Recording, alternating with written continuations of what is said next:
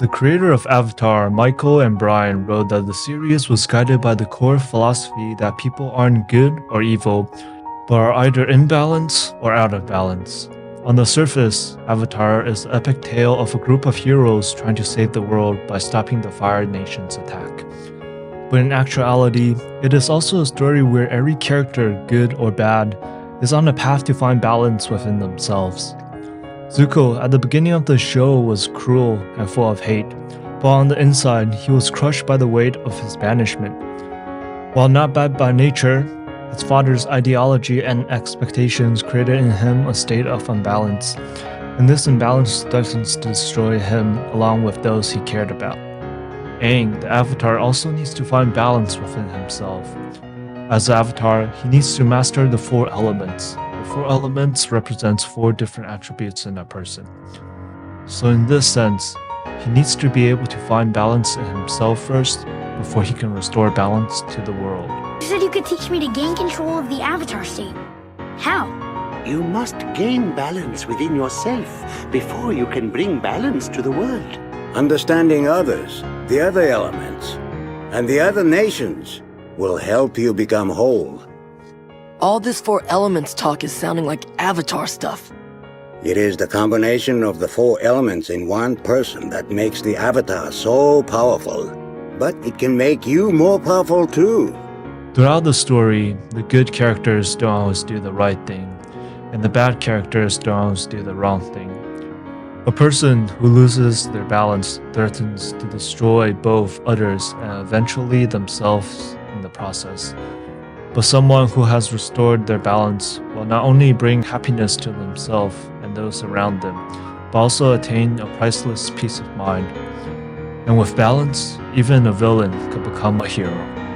But what is balance? To see the full picture of this idea, we need to go back 2,000 years. In 500 BC, amidst the Warring States period in ancient China, there, a man completed a book called The Doctrine of the Mean. A book focused on perfecting oneself. Its main thought is to find balance and not to sway to either extremes. Now, I believe this idea of balance can be applied to our life, both on a macro and micro level. Macro. On the macro level of your life, there are four categories that sustains the balance of one's life. Those four categories are physical, mental, social, and spiritual. Physical involves your health, fitness, nutrition, and material possessions. Mental involves learning, reading, and intellectual refinements. Social involves our relationships with our friends and families. Spiritual involves intangibles such as hopes, dreams, and faith. Some people believe that happiness can be achieved by attaining great success in one category. They think that money or fame alone will be enough to carry them throughout life and make them happy. But in reality, no matter how successful you become in one category, it can never fulfill the hunger left by a gap in another category. This fact is demonstrated by the millionaires who still struggle with loneliness, or famous TV stars battling depression throughout their life. One famous example is Matthew Perry. He is also known as Chandler Bing on the famous show Friends, and he had about as much money and fame as you'll ever need, earning $1.1 million for each episode. Throughout his life, he has accumulated 120 million USD. With such money, he could probably eat steak and lobster every meal without making a dent in his wallet. He can fly to different countries every day and enjoy life's view from wherever he likes. But something was evidently missing in his life. Matthew Perry struggled with drugs and depression throughout his career. He began drinking more in the hope that vodka would fix the things that fame hadn't. Once, his unhealthy coping habits even ended him in a coma, and he was unconscious in the hospital for 2 weeks. When Friends reached its final episode 3 years later, the cast, crew, and audience were in tears. Perry said he felt nothing.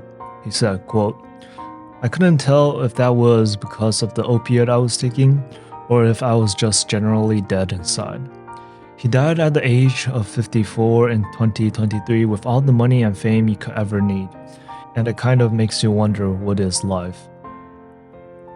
Another example is Kate Spade. I'm pretty sure that most people have seen a Kate Spade store before. She was a fashion icon, and some of us may have wondered what sort of glamorous life the founder of the store lived. But despite a 200 million net worth, she also struggled with depression, and in the end, it was too much for her. After hearing those stories of the titans in the industry, it made me wonder something. As I walked past by people on the streets, some people seem so average, yet so much happier and content.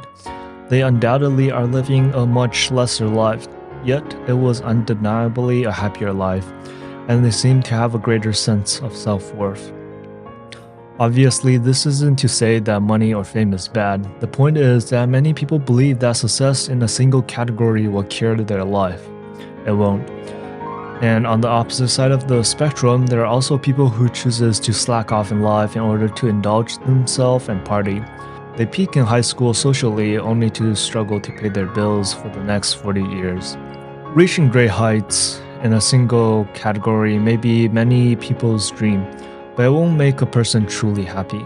A balanced life will. You don't need a great amount of points to satisfy a category, but no amount of points from one category can substitute for another. 100 points in one category is not as good as 20 points spread evenly across the 4 areas. Micro. On a micro level, balance can be applied to our habits and actions. Aristotle, a famous Greek philosopher, also mentioned the concept of a golden mean. The golden mean states that pursuing virtue to the extreme becomes a vice. One can imagine virtue as the center of the scale. It lies between the two extremes of excess and deficiency. For example, courage is a virtue, but if taken to excess, it becomes recklessness, and in its deficiency, it becomes cowardliness. Nothing is always good or always bad, and there isn't a one-size-fits-all advice. The rash person needs to become more humble, while the timid person needs to become more daring. Moderation instead of eliminating any one side is often better. And here is a full diagram created by Aristotle himself. And in the end, I want to share some ideas that I believe will help everyone find a more balanced life. Number 1. Self-watchfulness. To find balance, we must be willing to question ourselves, examine ourselves, and to educate ourselves.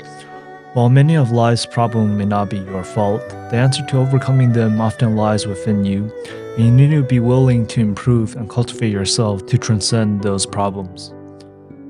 Number 2. Sincerity. Many people are deceived by their pride and ego. They want to believe that they are much greater than who they really are. Other times, they are too hard and condescending towards themselves.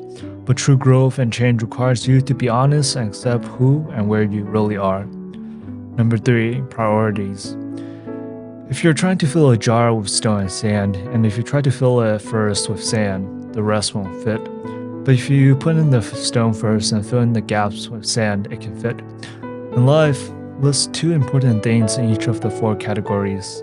They are like the stones, and you should make them your priorities. Write down the specific actions you'll take and list them on your calendar.